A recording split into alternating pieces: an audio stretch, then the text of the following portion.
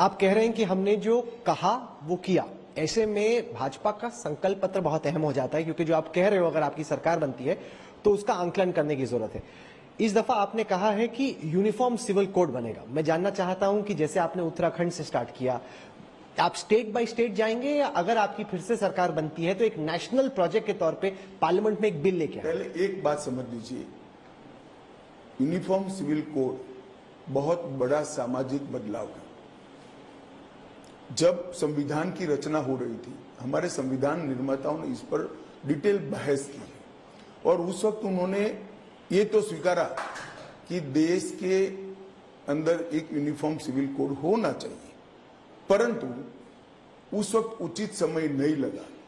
तो अनुच्छेद 44 में संविधान के भाग 4 यानी directive of principle of state policies के अंदर इन्होंने देश के विधानमंडल और संसद को कहा है कि उचित समय पर पूरे देश के सभी नागरिकों के लिए यूनिफॉर्म सिविल कोड प्राप्त करने का यह देश प्रयास करेगा। अब मैं ये वादा देश की संविधान सभा का, देश के संविधान का देश को है और एक गाइडेंस भी है। एक प्रकार से कांग्रेस उससे वोट बैंक के कारण बिखर रही है कि नहीं होना चाहिए। भारतीय जनसंघ की स्थापना हुई तब से हम कहते हैं कि इस देश में एक यूनिफॉर्म सिविल कोड होना चाहिए। सारे डेमोक्रेटिक कंट्री में यूनिफॉर्म सिविल कोड है, भारत में भी होना चाहिए और अब समय आ गया है कि पूरे भारत के अंदर यूनिफॉर्म सिविल कोड हो।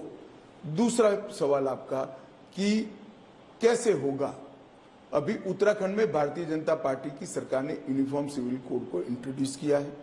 इसकी सोशल, जुडिशियल और पार्लियामेंट्री दृष्टि से भी एक स्क्रूटिनी होनी है, इस पर बहस होनी है। हमने हमारे घोषणा पत्र में संकल्प भी रखा है, तो इसके बाद तुरंत बहस चालू होगी, परंतु भारतीय जनता पार्टी फर्मली मानती है रास्ता जो होगा वो होगा। हम देश में पूर्णतया यूनिफॉर्म सिविल कोड को लागू करेंगे। और आपके विरोधी बोलेंगे कि आप ध्रुवीकरण करने की कोशिश कर रहे हैं, आप पोलराइज करने की कोशिश कर रहे हैं, इसलिए आप यूसीसी लेके आए हैं। राहुल भाई, विरोधियों का दलील आप मेरे सामने रख रहे हो, मुझे समझाओ जरा, ध्रुवीकरण कैसे होता है? एक पंथ निरपेक्ष देश के अंदर सभी पंथ के अनुयायियों के लिए एक कानून होना चाहिए या नहीं होना चाहिए? यही तो पंथ निरपेक्षता की सबसे बड़ी लक्षण है। कांग्रेस ध्रुवीकरण से नहीं डरती है, तुष्टीकरण कर कर बचा खुचा जो उनका वोट बैंक बचा है उसको कंसोलिडेट करना चाहती है। क्या देश आज शरिया के आधार पर चलना चाहिए, पर्सनल लॉ के आधार पर चलना चाहिए? कभी नहीं चला है देश। दुनिया के किसी भी डेमोक्रेटिक कंट्री के अंदर पर्सनल लॉज नहीं है। क्यों भारत में हो? क्योंकि आपको वोट चाहिए। कई मुस्लिम कंट्रीज भी शरिया के अनुसार नहीं चलते, आगे निकल गया है जमाना। अब भारत में भी आगे बढ़ना पड़ेगा। सर, आपका दूसरा वादा है वन नेशन वन इलेक्शन का।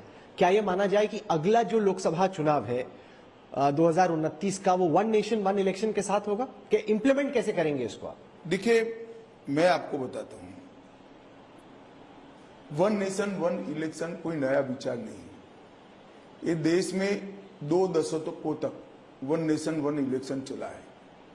57 के चुनाव में 7 विधानसभा के चुनाव अलग थे, तो सर्कुलर कर चुनाव आयोग ने प्रीपोन कराकर एक साथ कर दिए थे। ये कोई नई बात नहीं है। ये तो गड़बड़ कहां हुई, 71 में इंदिरा जी ने मध्यावधि चुनाव आमंत्रित कर दिया, तो सारे चुनाव के कार्यक्रम मिसमैच हो गए।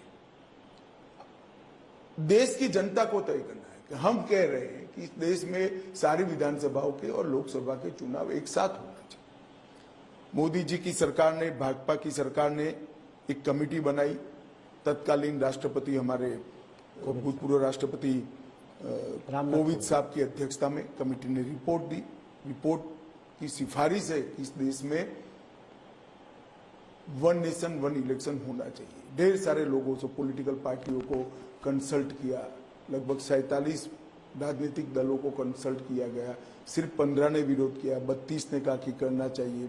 ढेर सारे सुप्रीम कोर्ट, हाई कोर्ट के जजों को कंसल्ट किया गया, कानूनविदों को कंसल्टेड किए, कई गवर्नर, एक्स गवर्नर आकर मिले हैं, कई अर्थशास्त्री आकर मिले हैं।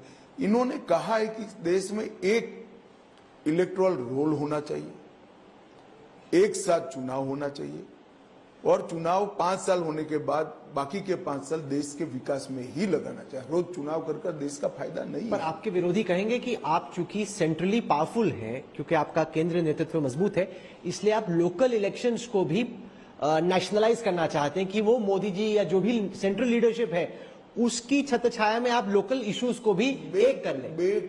बिल्कुल बेतुकी आर्गुमेंट है। 14 और 19 में कई राज्य ऐसे हैं जिसमें लोकसभा में हमें 15% वोट ज्यादा मिला, विधानसभा में नहीं मिला है। क्या इस देश की जनता को आप इतना अंडर एस्टिमेट कर रहे हो? बेवकूफ है जनता, क्षीण नीर करना चाहती है। मैं कांग्रेस वालों को कहता हूं, साथ में अलग आपकी तो कोई जगह ही नहीं है, काहे को विरोध कर रहे हो भाई? आपके लिए स्पेस ही नहीं बचा है, आपको कुछ नहीं मिलने वाला, इतना बड़ा सुधार क्यों रोक रहे हो भाई? इस देश में कई बार मानो राजीव गांधी जी को पूरा बहुमत मिला, मॉरल ग्राउंड पर हेगड़े साहब ने इस्तीफा दे दिया, 28 की 28 सीटें कांग्रेस स्वीप कर गई। कांग्रेस, हेगड़े साहब ने इस्तीफा दे दिया, फिर असेंबली का चुनाव आया, फिर हेगड़े स्वीप कर गए। जनता को मालूम है ऊपर किसको वोट देना है, नीचे किसको वोट देना है। 2 बैलेट बॉक्स अलग होंगे, 2 जगह अलग प्रत्याशी होंगे, 2 जगह अलग प्रकार की चुनाव घोषणा पत्र होगा। कैसे कंफ्यूजन होता है? सिर्फ चुनाव का खर्चा, आचार संहिता के कारण विकास के कामों में बाधा और जनता का समय व्यय न हो और इतना खर्चीला चुनाव होता जाता है। मुझे लगता है कि सार्वजनिक जीवन में हमने इस पर कभी न कभी चिंता करनी